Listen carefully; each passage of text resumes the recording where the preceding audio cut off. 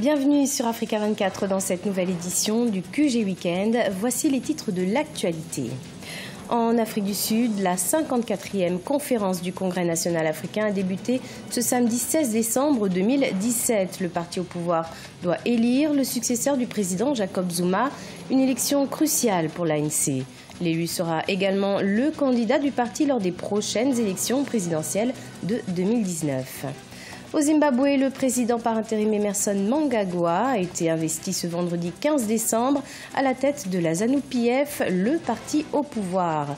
Désormais officiel, il sera donc le candidat du parti pour l'élection présidentielle de 2018. En République démocratique du Congo, l'opposition s'organise pour une alternance. Vital Kamerhe, président de l'Union pour la nation congolaise, Félix Tshisekedi, président du Rassemblement de l'opposition, et Moïse Katumbi, également figure de l'opposition, se sont rencontrés vendredi 15 décembre à Bruxelles, en Belgique. Un plan d'action de ces leaders de l'opposition est désormais lancé. Mais tout d'abord, en Afrique du Sud, le président Jacob Zuma a donné le coup d'envoi de la conférence du Congrès national africain, le parti au pouvoir. Débutée ce samedi 16 décembre, cette 54e conférence de l'ANC a pour objectif d'élire le successeur de Jacob Zuma qui vient de passer 10 ans à la tête de l'ANC. Deux candidats sont en lice, l'actuel vice-président Cyril Ramaphosa et l'ancienne ministre et patronne de l'Union africaine, Nkosazana Dlamini Zuma. Lors de son discours d'ouverture, le président Jacob Zuma a appelé à la reconstruction du parti. On l'écoute. Nous devons construire une ANC forte qui peut faire face à cette pression excessive afin de poursuivre son travail organisationnel librement. Au Zimbabwe, le président par intérim Emmerson Mnangagwa consolide son autorité et sa position de leader à l'occasion du congrès de la ZANU-PF qui s'est clôturé vendredi 15 décembre 2017.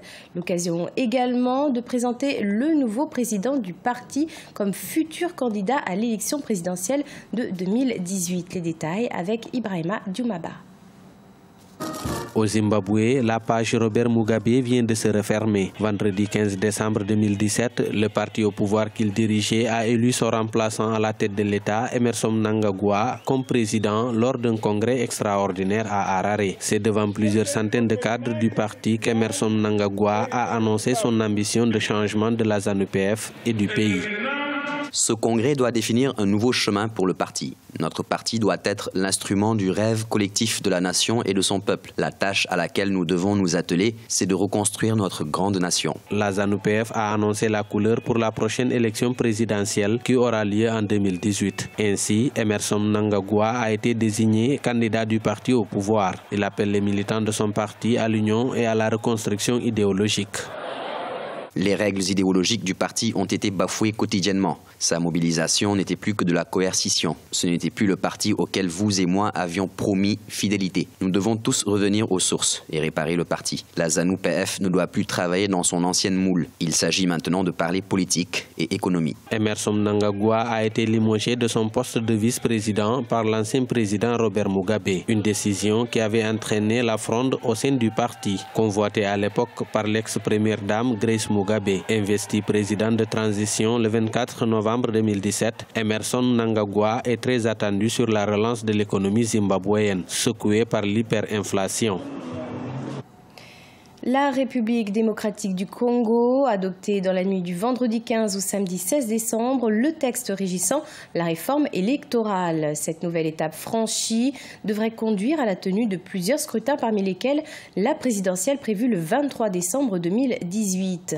Cependant, l'opposition a voté contre cette nouvelle loi électorale. Selon elle, le président Joseph Kabila devrait absolument quitter la gouvernance dès la fin de 2017. Et c'est dans ce sens que Vital Kamerhe, Moïse Katumbi, Félix Tshisekedi se sont réunis vendredi 15 décembre à Bruxelles, en Belgique.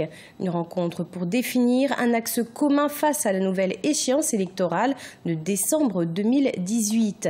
Le principal objectif, le respect du calendrier électoral et une transition démocratique apaisée. Un sujet de Graziella Tchakounté. Alors que la loi électorale divise en République démocratique du Congo, l'opposition semble rechercher une nouvelle dynamique.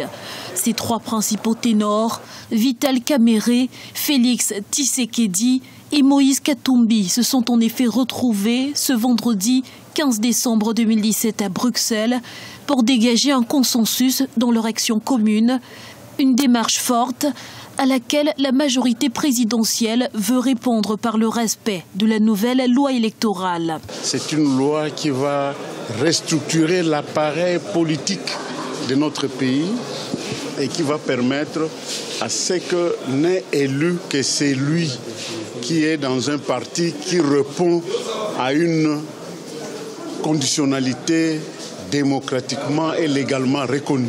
Si les élus de l'opposition ont envahi les rues de Kinshasa lors de leurs dernières actions de revendication, leurs leaders, eux, ont fait la tournée des dirigeants du continent pour prendre conseil sur la meilleure option de sortie de crise.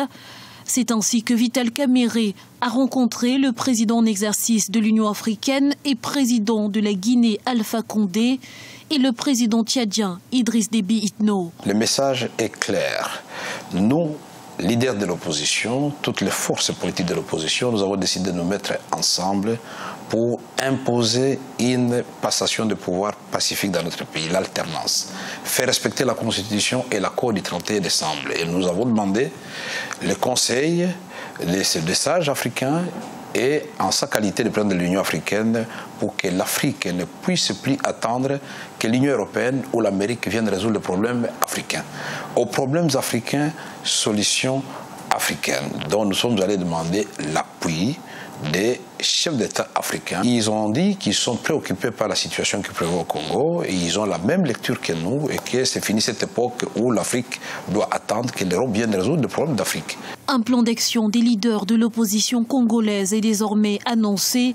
La loi électorale et le respect du calendrier électoral publié par la Commission électorale indépendante semble être le dernier point de discorde dans la perspective des élections, dont la présidentielle de 2018 en République démocratique du Congo. Dans l'actualité également, plus besoin de visa pour les Béninois pour se rendre en Tunisie, et ce depuis le 15 décembre 2017. Une annonce d'Hatem Charidine Ferjeni, le secrétaire d'État tunisien auprès du ministre des Affaires étrangères chargé de la diplomatie économique au cours du forum économique Tunisie-Bénin qui s'est tenu du 13 au 15 décembre à Cotonou. Cette mesure vise non seulement à renforcer la coopération bilatérale, mais aussi à faciliter les échanges commerciaux entre les deux pays. Le Bénin et la Tunisie comptent en effet établir un partenariat dynamique. Ainsi, 2 vols par semaine entre Tunis et Cotonou vont être mis en place les mercredis et les samedis, selon Radouane Ayara, le ministre tunisien du Transport. L'éducation financière comme moyen d'augmenter le taux de bancarisation en Côte d'Ivoire. Une solution proposée par l'Association professionnelle des banques et établissements financiers de Côte d'Ivoire. Pour ces derniers, il est important d'informer la population sur les produits et services financiers à même de les aider à sortir de la pauvreté. Un sujet d'Olivier Conan. Vers un accroissement du taux de bancarisation en Côte d'Ivoire par l'éducation financière. En 2016, le taux de bancarisation était à peine de 20%. L'Association professionnelle des banques et établissements financiers de Côte d'Ivoire veut former la population sur les services et produits financiers afin de lutter contre la pauvreté. La vulgarisation de l'offre des banques vise à susciter chez les Ivoiriens le réflexe d'ouvrir un compte dans un établissement bancaire afin de bénéficier de produits adaptés à leurs besoins. Même le plus pauvre a droit à une certaine information pour améliorer ses conditions de vie, pour faire en sorte que le peu qu'il a puisse lui permettre de vivre décemment grâce à l'information et à l'éducation financière. Les banques vont renforcer la formation de leurs agents afin que ceux-ci soient à même de conseiller utilement et de façon proactive à la clientèle. Mais pour réussir, le ministère de l'Éducation nationale doit également inclure l'éducation financière dans les programmes scolaires. Il faut instaurer très rapidement l'éducation financière à l'école et c'est comme ça que les enfants, les citoyens, les agents économiques de demain pourront en fait savoir ce que c'est en fait que gérer un portefeuille, gérer même le salaire, ce que c'est que la quotité excessive, ce que c'est que l'endettement, ce que c'est que le surendettement. De son côté, le Trésor public initie des campagnes de sensibilisation ponctuelles. Un service a été créé pour s'occuper spécifiquement de l'information financière des citoyens. Les dépôts de ceux-ci dans les banques peuvent en effet permettre de financer efficacement l'économie ivoirienne. Peut-être même ça peut réduire l'endettement extérieur, dans la mesure où si les banques ont suffisamment de dépôts, le pays peut recourir à un endettement interne que de faire toujours des emprunts obligataires, des appels à des fonds étrangers.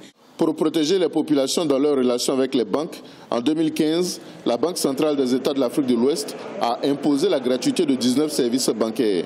L'éducation financière devrait enfin permettre à la population d'éviter de tomber dans le piège des arnaques à grande échelle, comme le scandale de l'agrobusiness, dans lequel des entreprises ont collecté plus de 100 milliards de francs CFA en promettant des retours sur investissement faramineux. C'était le journal de la rédaction. Merci de l'avoir suivi. Retrouvez dans un instant une nouvelle édition de l'information sur Africa 24.